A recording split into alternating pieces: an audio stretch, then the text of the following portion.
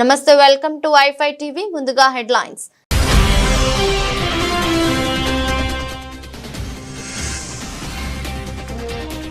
అమెరికాలో గోల్డ్ కార్డుపై Trump photo, first look విడుదల చేసిన ట్రంప్.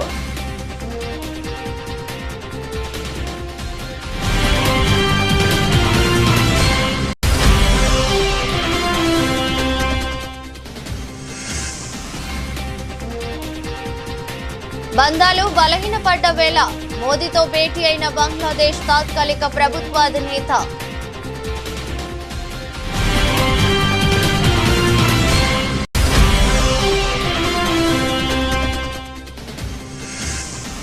రాజ్యసభలో వక్ఫ్ బిల్లుకు ఆమోదం. ఎగువ సభలో బిల్లుకు అనుకూలంగా 128, వ్యతిరేకంగా 95 ఓట్లు వచ్చాయి.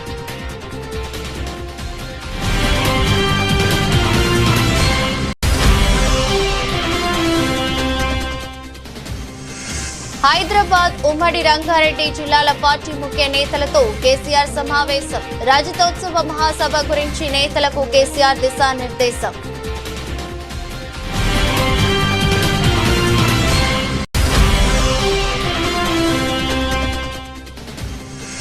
మంగళగిరి అభివృద్ధిపై మంత్రి నారా లోకేష్ కీలక నిర్ణయం. మంగళగిరిలో దశాబ్దాల సమస్యకు 10 నెలల్లో పరిష్కారం చూపామన్న మంత్రి.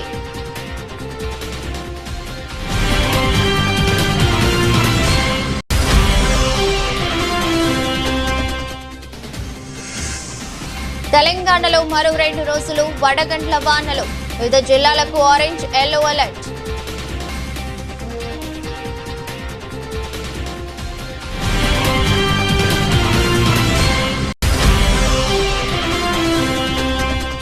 జలహారతి కార్పొరేషన్ ఏర్పాటు చేసేందుకు ఏపీ మంత్రివర్గం ఆమోదం. పోలవరం, బనకచెర్ల అనుసంధాన ప్రాజెక్టు రూపకల్పన చేయనున్నట్లు తెలిపిన మంత్రి పార్థసారథి.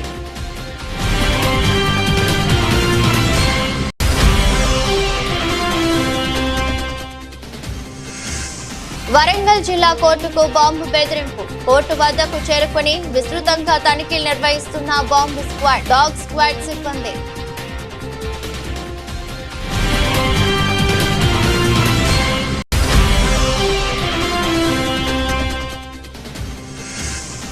వైఎస్ జగన్ ను విమర్శించే అర్హత లోకేష్ కు లేదు. అధికార గర్వంతో అసంబద్ధ ప్రేలాపాలనలు చేస్తున్నారంటూ మాజీ మంత్రి అంబటి రాంబాబు ఫైర్.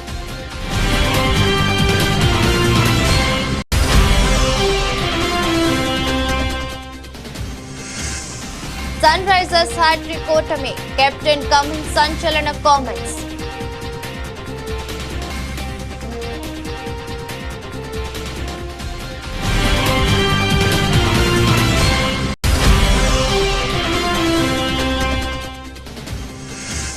తిరుమల శ్రీవారి సేవలో పూజా హెగ్డే. విఐపి విరామ దర్శన సమయంలో శ్రీవారి సేవలో పాల్గొన్న టాలీవుడ్ స్టార్ నటి.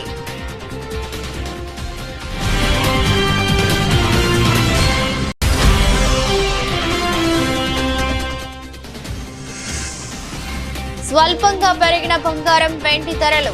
శుభకార్యాల సీజన్ ప్రారంభం కావడంతో బంగారం ధరలకు రెక్కలు.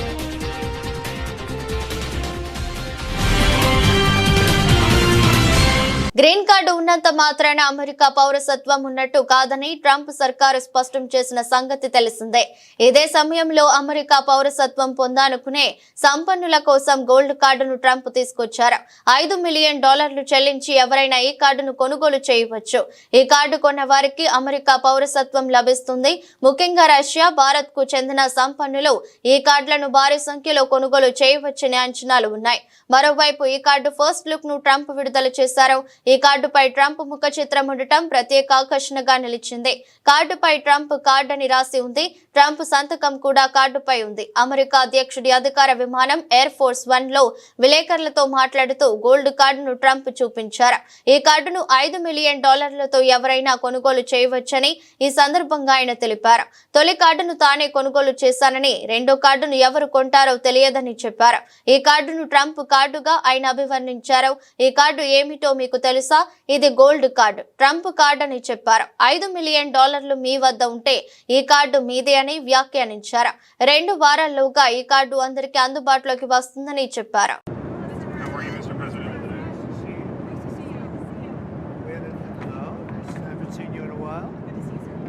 $5 million. For $5 million, this could be yours. That was the first of the cards. You know what that card is? Gold card. It's the gold card. The Trump card, gold card. Who's the first buyer? Me. Who's the second? I don't know, but I'm the first buyer. It'll be out in about less than 2 weeks, probably. Pretty exciting, right? You ready for some questions? Anybody want to buy one? Okay, let's go. Bangladesh మాజీ ప్రధాని షేక్ హసీనా గద్దె దిగిపోయిన తర్వాత భారత్ బంగ్లాదేశ్ మధ్య సంబంధాలు పూర్తిగా దిగజారిపోయాయి. China, Pakistan కు అనుకూలంగా బంగ్లాదేశ్ తాత్కాలిక ప్రభుత్వాధినేత Mohammed Yunus stand తీసుకున్నారనే ప్రచారం పెద్ద ఎత్తున సాగుతుంది. ఈ నేపథ్యంలో భారత ప్రధాని నరేంద్ర మోదీతో యూనస్ భేటీ అయ్యారు. బ్యాంకాక్ లో జరుగుతున్న బీమ్ స్టేక్ సమ్మిట్ సందర్భంగా వీరిద్దరూ ప్రత్యేకంగా సమావేశమయ్యారు. ఈ సందర్భంగా వీరితో పాటు విదేశాంగ మంత్రి జైశంకర్, జాతీయ భద్రతా సలహాదారు అజిత్ ధోవల్ కూడా ఉన్నారు. బంగ్లాదేశ్ పాలన బాధ్యతలను యూనస్ తీసుకున్న తర్వాత మోదీ యూనస్ ల మధ్య సమావేశం జరగటం ఇదే తొలిసారి. చైనాకు బంగ్లాదేశ్ దగ్గరవుతున్న సమయంలో జరిగిన ఈ భేటీ అత్యంత ప్రాధాన్యతను సంతరించుకుంది. యూనస్ ఇటీవల చైనా పర్యటన సందర్భంగా చేసిన వ్యాఖ్యలు భారత్ కు ఆగ్రహం తప్పించాయి. భారత్ లోని ఈశాన్య రాష్ట్రాలకు సముద్ర తీరం లేదని, సముద్రానికి వారు చేరుకునే అవకాశం లేదని చెప్పారు. బంగాళాఖాతంలో తీర ప్రాంతం బంగ్లాదేశ్ కు ఉందని, చైనా తన కార్యకలాపాలను విస్తృతపరుచుకోవడానికి బంగ్లాదేశ్ అనువైన దేశమని అన్నారు. కేంద్ర ప్రభుత్వం ప్రతిష్టాత్మకంగా తీసుకున్న వక్ఫ్ బిల్లుకు రాజ్యసభ ఆమోదం తెలిపింది. బిల్లుకు అనుకూలంగా 128, వ్యతిరేకంగా 95 ఓట్లు వచ్చాయి. కాగా లోక్సభలో సజావుగా ఆమోదం పొందిన వక్ఫ్ బిల్లు 24 గంటల తర్వాత ఎగువ సభలో కూడా ఆమోదం పొందడం విశేషం. సుదీర్ఘ చర్చ అనంతరం రాజ్యసభలో ఈ బిల్లుకు ఆమోదం లభించింది. అర్ధరాత్రి దాటే వరకు సభలో విస్తృత చర్చ జరిగింది. మైనార్టీ వ్యవహారాల మంత్రి కిరణ్ రిజిజు వక్ఫ్ బిల్లుపై చర్చను ప్రారంభిస్తూ బిల్లు ముస్లిం ప్రయోజనాలకు హాని కలిగిస్తుందనే ఆరోపణలను తోసిపుచ్చారు. వక్ఫ్ బోర్డు నిర్వహణ, సృష్టి, లబ్దారులు అంతా ముస్లింలే ఉంటారని, ముస్లిమేతరులు దాని వ్యవహారాల్లో జోక్యం చేసుకోలేరని నొక్కి చెప్పారు.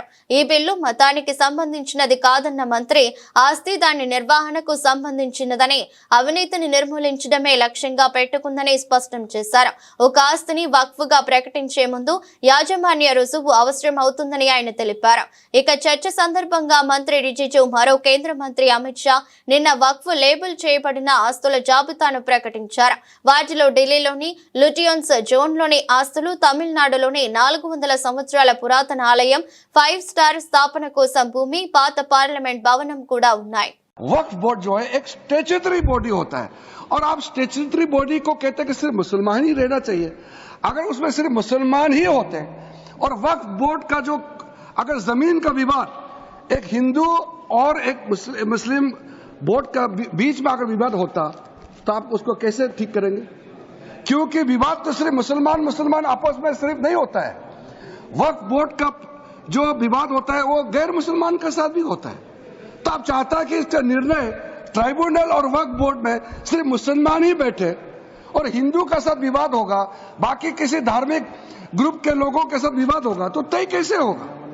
ये जो गवर्नमेंट का स्टैट्यूटरी बॉडी होता है ये सेकुलर होना चाहिए, इसमें सब लोग बैठना चाहिए. फिर भी हमने कहा कि रेस्ट्रिक्शन किया है कि यहाँ इतना ही गैर मुस्लिम हो सकता है. मेजोरिटी अब 22 मेंबर में अगर मैक्सिमम 4 होता है, वो 4 क्या आपको वहां निर्णय बदल सकता है? वो सिर्फ योगदान कर सकता है, अपना एक्सपर्टाइज दे करके वहां काम करने का वैल्यू को बढ़ा सकता है. तो इस प्रकार का कई लोग, इसलिए मैं कहना चाहता हूं कि आप लोग समझदार नहीं है तो ये मैं कह नहीं सकता हूं, क्योंकि समझदार ही है, लेकिन कहने का जो तरीका या आपका सोचने का तरीका इसमें और हमारे सोचने के तरीका में अंतर है. अदरवाइज सर मल्लिकार्जुन खड़गे जी ने तो कितना बात कहा, लेकिन वरिष्ठ नेता है, सुबह भी बड़ा दुख के साथ उन्होंने कहा मैं जवाब देना चाहता, तो हमारा एक साथी ने डिस्टर्ब किया इसलिए नहीं बोला. मैं बहुत इज्जत करता हूं, जवाब देना चाहता हूं, लेकिन हमको मत बोलिए कि मंत्री जी ने मेरा किसी पॉइंट का जवाब नहीं दिया, क्योंकि आपका पॉइंट जवाब देगा तो बहुत लंबा हो जाएगा. सिर्फ मैं Honorable members, subject to correction, Ayes 128.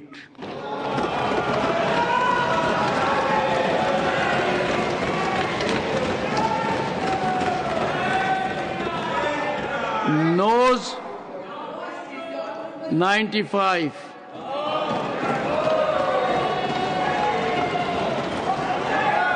Abstention 0.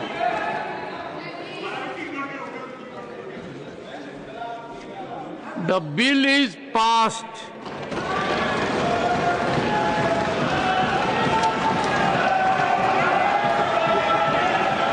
BRS party రజతోత్సవ మహాసభ నేపథ్యంలో అధినేత కేసీఆర్ అధ్యక్షతన హైదరాబాద్ ఉమ్మడి రంగారెడ్డి జిల్లాల పార్టీ ముఖ్య నేతలతో సన్నాహక సమావేశం జరిగింది.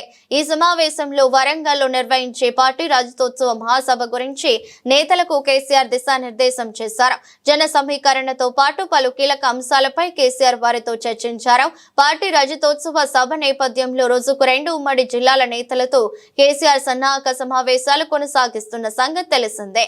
శుక్రవారం ఎర్రవెల్లి నివాసంలో జరిగిన ఈ కార్యక్రమంలో బీఆర్ఎస్ వర్కింగ్ ప్రెసిడెంట్ కేటీఆర్, మాజీ మంత్రులు సబితా ఇంద్రారెడ్డి, తలసాని శ్రీనివాస్ యాదవ్, మల్లారెడ్డి, ఎమ్మెల్సీలు శంబిపూర్ రాజు, నవీన్, వాణిదేవి, ఎమ్మెల్యేలు కేపీ వివేకానంద, మాధవరం కృష్ణారావు, పద్మారావు, మాగంటి గోపీనాథ్, బండారి లక్ష్మారెడ్డి, దేవిరెడ్డి సుధీర్ రెడ్డి, ముఠా గోపాల్, మర్రి రాజశేఖర్ రెడ్డి, కాలేరు వెంకటేష్, మాజీ ఎమ్మెల్యేలు కొప్పుల మహేష్ రెడ్డి, మెదకు ఆనంద్, మంచిరెడ్డి కిషన్ రెడ్డి, పైలట్ రోహిత్ రెడ్డి, బీఆర్ఎస్ నాయకులు కార్తిక్ రెడ్డి, మన్నే గోవర్ధన్, ముఠా జైహింద్ సింహ, మాజీ చైర్మన్ క్రిషాంక్ మన్నేతో పాటు తదితరులు పాల్గొన్నారు. మంగళగిరి నియోజకవర్గం ఉండవల్లిలో మన ఇల్లు మన లోకేష్ కార్యక్రమం చేపట్టారు.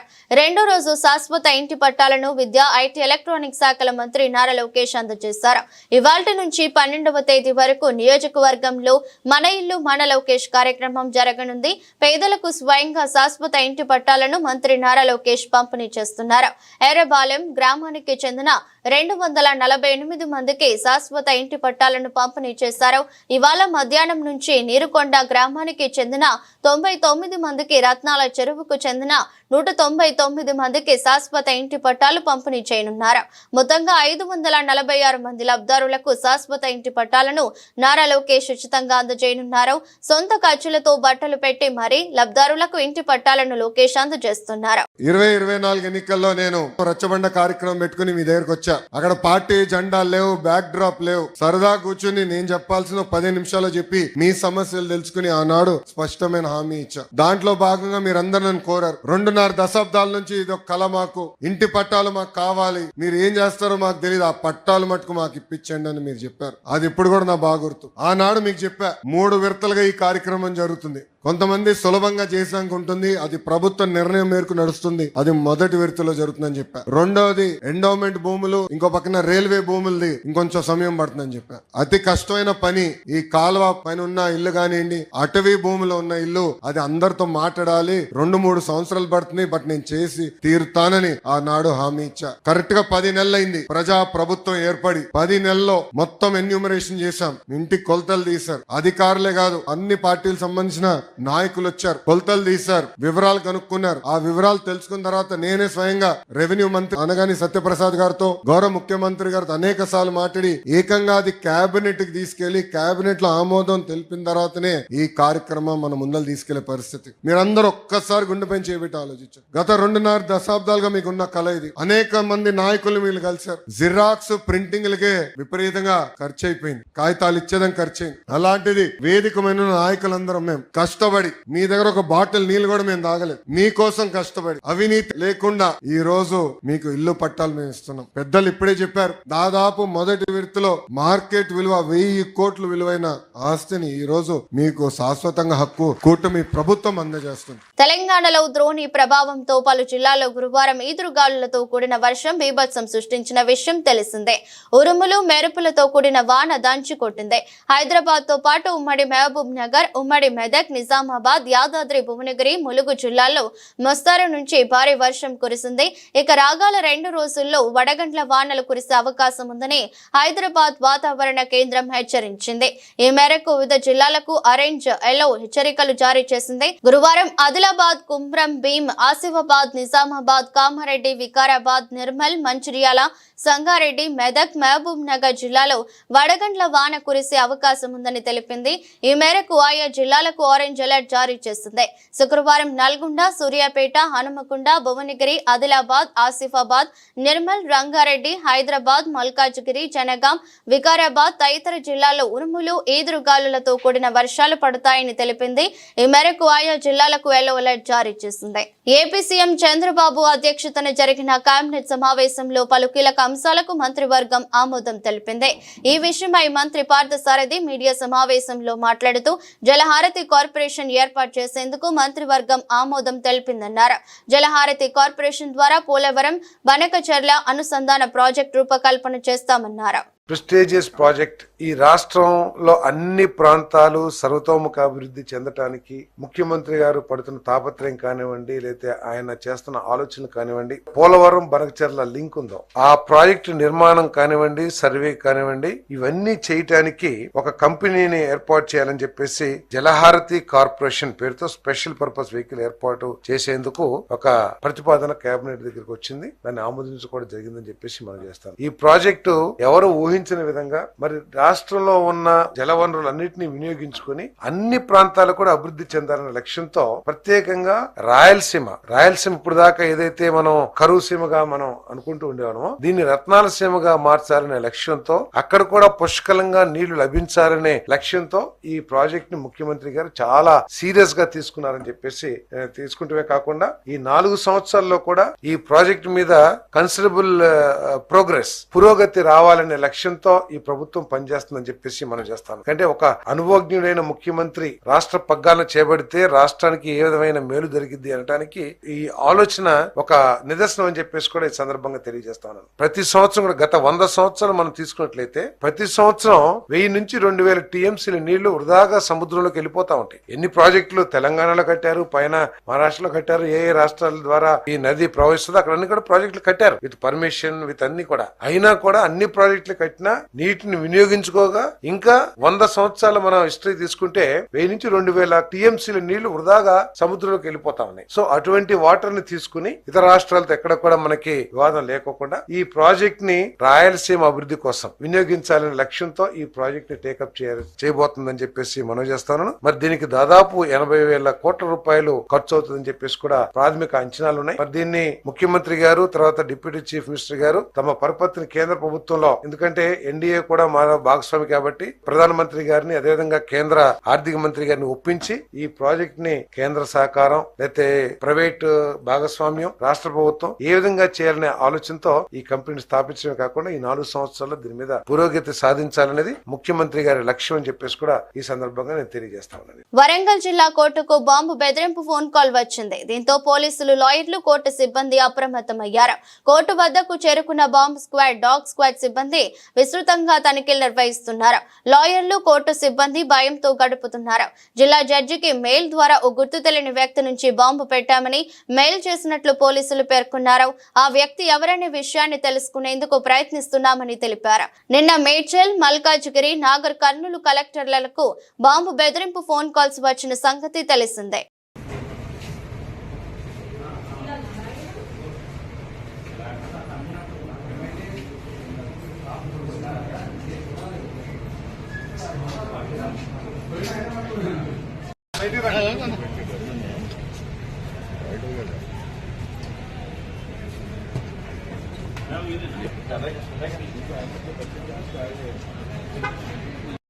మంత్రి నారా లోకేష్ అధికార గర్వంతో పిచ్చి ప్రేలాపనలు చేస్తున్నారని మాజీ మంత్రి వైఎస్ఆర్సీపీ గుంటూరు జిల్లా అధ్యక్షుడు అంబటి రాంబాబు తీవ్ర స్థాయిలో మండిపడ్డారు. గుంటూరు క్యాంపు కార్యాలయంలో గురువారం మీడియాతో మాట్లాడుతూ వాపును చూసి తన బలుపుగా నారా లోకేష్ భ్రమపడుతున్నాడని ఆగ్రహం వ్యక్తం చేశారు. ప్రజాదరణ ఉన్న వైఎస్ జగన్ ను విమర్శించే అర్హత లోకేష్ కు లేదని అన్నారు. నిజంగా బలం అనుకొని, వాపును బలం అనుకొని, ఒళ్ళు బలిసి ఇష్టం వచ్చినట్టుగా మాట్లాడేటటువంటి ప్రయత్నం చేస్తున్నాడు. అయ్యా నారా చంద్రబాబు నాయుడు గారి కుమారులు లోకేష్ గారు వాట్ ఈజ్ యువర్ స్థాయి, మీ స్థాయి ఏంటో ఒకసారి తెలుసుకోండి. మీరు అడ్డదారిలో కౌన్సిల్కి వచ్చారు, మంత్రి అయ్యారు, పంచాయతీరాజ్ శాఖను డీల్ చేశారు. ఎంత అపాస్పాలైందో మంత్రివర్గం, ప్రభుత్వం అందరికీ గుర్తుండే ఉంటుంది. ఆ మంత్రిగా ఉన్నప్పుడే మంగళగిరిలో పోటీ చేశారు, ఘోరంగా ఓడిపోయారు. ఘోరంగా ఓడిపోవటమే కాదు, అసలు తెలుగుదేశం అంత భయంకరంగా ఓడిపోవడానికి నారా లోకేష్ గారు కూడా ఒక కారకులు అనేటువంటి మంచి పేరు తెచ్చుకున్నారు. మళ్ళా తర్వాత మొన్న అప్పుడు 23 మంది గెలిస్తే మీరు ఓడిపోయారు. మొన్న మళ్ళా మంగళగిరిలో నిలబడ్డారు, మంచి మెజార్టీతో గెలిచారు. 164 సీట్లు కూటమికి వస్తే మీరు గెలిచారు, 23 సీట్లు తెలుగుదేశంకి వస్తే మీరు ఓడిపోయారు. దాన్ని బట్టి ఒకసారి యూ క్యాలిక్యులేట్, నీ స్థాయి ఏమిటో ఒకసారి క్యాలిక్యులేట్ చేసుకోమని మనవి చేస్తున్నా. మీరు జగన్మోహన్ రెడ్డి గారి గురించి మాట్లాడతారు. జగన్మోహన్ రెడ్డి గారి గురించి మాట్లాడటమే కాదు, ఇష్టం వచ్చినట్టుగా అన్ని పచ్చి అబద్ధాలు. మీ నాన్నకు మించిన వాడు అయిపోయాను ఆయన నువ్వు అబద్ధాలు చెప్పడంలో, నాకు అర్థం కాల. ఈ CBG, Reliance CBG compressed biogas ప్లాంట్లు ఏర్పాటు చేశారు. ఎవరు తీసుకొచ్చారు దీన్ని? మీరే తీసుకొచ్చారా? మీరు తీసుకురాలా.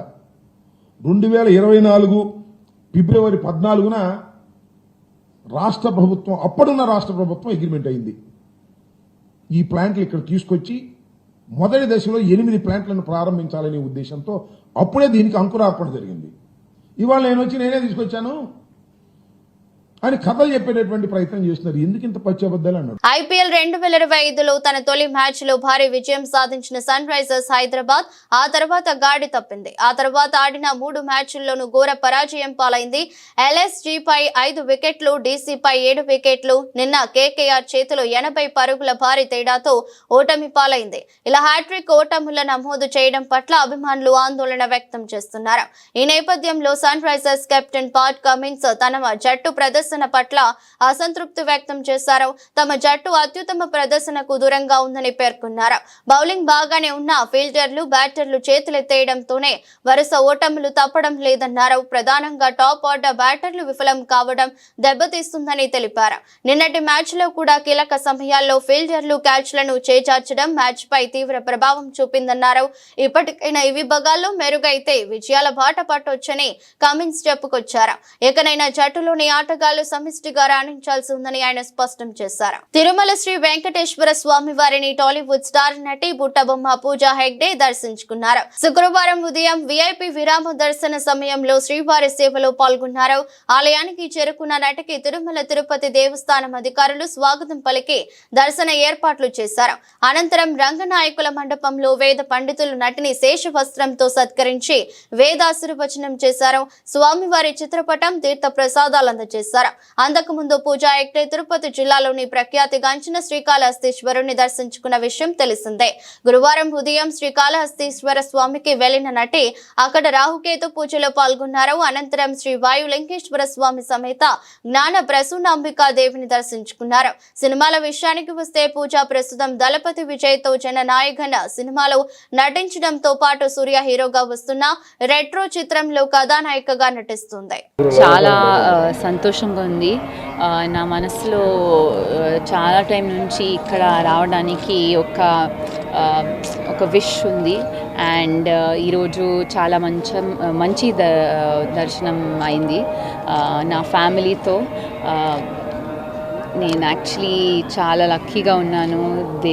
దేవుడు నాకు ఇంత మంచి దర్శనం ఇవ్వడానికి I feel very very blessed and thank you. కొత్త సినిమాలు నెక్స్ట్ ప్రాజెక్ట్ కొత్త ఇప్పుడు మే 1కి రెట్రో ఫిల్మ్ రిలీజ్ అవుతుంది. అంతర్జాతీయంగా బంగారం ధరలు రోజు రోజుకు పెరిగిపోతున్నాయి. ఇటీవల కొన్ని నెలలుగా రికార్డు స్థాయికి చేరుకున్న బంగారం ధర ఇన్వెస్టర్లకు వరంగా ఉన్న కొనుగోలుదారులకు మాత్రం భారంగా మారింది. ఇప్పుడు శుభకార్యాల సీజన్ ప్రారంభం కావడంతో బంగారం ధరలకు రెక్కలొచ్చాయి. ఒకేసారి మార్కెట్లో ధరలు పెరిగితే మరికొన్నిసార్లు తగ్గుతూ కనిపిస్తున్నాయి. గత 2-3 రోజుల నుండి గోల్డ్, వెండి ధరలు స్వల్పంగా పెరుగుతున్నాయి. ఈ క్రమంలో శుక్రవారం గోల్డ్ గ్రాముకు ₹1 పెరిగింది. అలాగే వెండి కేజీకి ₹200 తగ్గింది. గోల్డ్ ధరలు ప్రపంచ బంగారం ధరలపై ఆధారపడి ఉంటాయి. ద్రవ్యోల్బణం, ప్రపంచ ధరలలో మార్పు, కేంద్ర బ్యాంకు బంగారు నిల్వ, హెచ్చుతగ్గుల వడ్డీ రేట్లు, ఆభరణాల మార్కెట్లు వంటి అనేక అంతర్జాతీయ అంశాల ద్వారా ఇవి ప్రభావితం అవుతాయి. హైదరాబాద్ నగరంలో బంగారం ధరలు స్థిరంగా ఉండటం లేదు. గతేడాదితో పోలిస్తే భారీగా పెరుగుతూ వస్తుంది. అమెరికా అధ్యక్షుడు డొనాల్డ్ ట్రంప్ సుంకాల బాట పట్టారు. అన్ని దేశాలకు సుంకాలు విధించారు. దీంతో బంగారం ధర ఆకాశాన్ని తాకనుందనే అభిప్రాయాన్ని మార్కెట్ నిపుణులు అంచనా వేస్తున్నారు.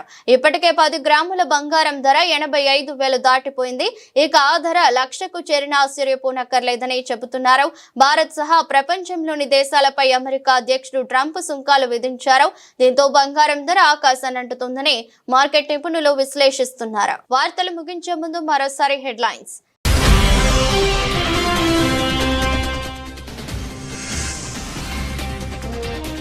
అమెరికాలో గోల్డ్ కార్డుపై ట్రంప్ ఫోటో, ఫస్ట్ లుక్ విడుదల చేసిన ట్రంప్.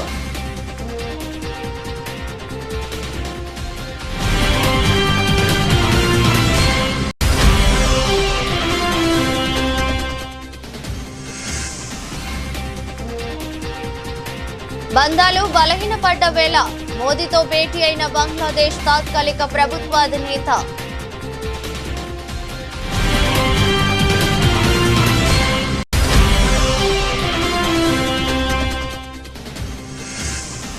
రాజ్యసభలో వక్ఫ్ బిల్లుకు ఆమోదం. ఎగువ సభలో బిల్లుకు అనుకూలంగా 128, వ్యతిరేకంగా 95 ఓట్లు వచ్చాయి.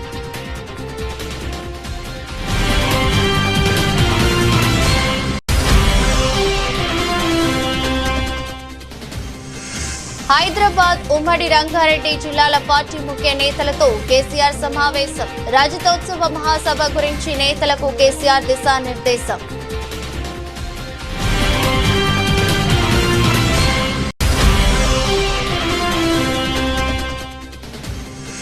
మంగళగిరి అభివృద్ధిపై మంత్రి నారా లోకేష్ కీలక నిర్ణయం. మంగళగిరిలో దశాబ్దాల సమస్యకు 10 నెలల్లో పరిష్కారం చూపామన్న మంత్రి.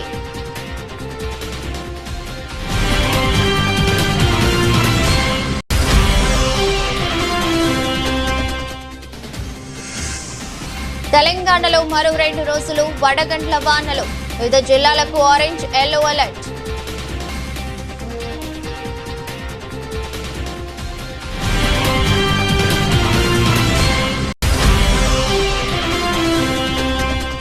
జలహారతి కార్పొరేషన్ ఏర్పాటు చేసేందుకు ఏపీ మంత్రివర్గం ఆమోదం. పోలవరం, బనకచర్ల అనుసంధాన ప్రాజెక్టు రూపకల్పన చేయనున్నట్లు తెలిపిన మంత్రి పార్థసారథి.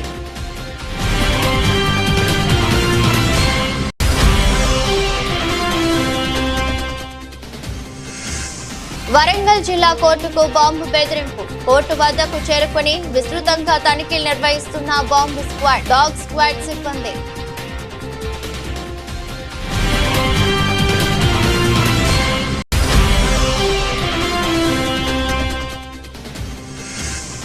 వైఎస్ జగన్ ను విమర్శించే అర్హత లోకేష్ కు లేదు. అధికార గర్వంతో అసంబద్ధ ప్రేలాపాలనలు చేస్తున్నారంటూ మాజీ మంత్రి అంబటి రాంబాబు ఫైర్.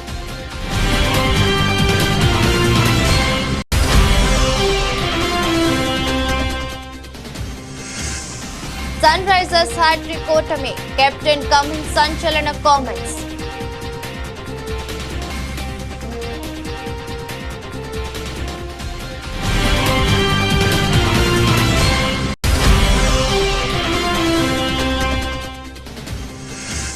తిరుమల శ్రీవారి సేవలో పూజా హెగ్డే. విఐపి విరామ దర్శన సమయంలో శ్రీవారి సేవలో పాల్గొన్న టాలీవుడ్ స్టార్ నటి.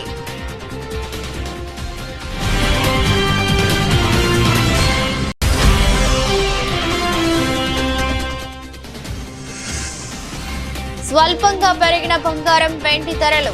శుభకార్యాల సీజన్ ప్రారంభం కావడంతో బంగారం ధరలకు రెక్కలు.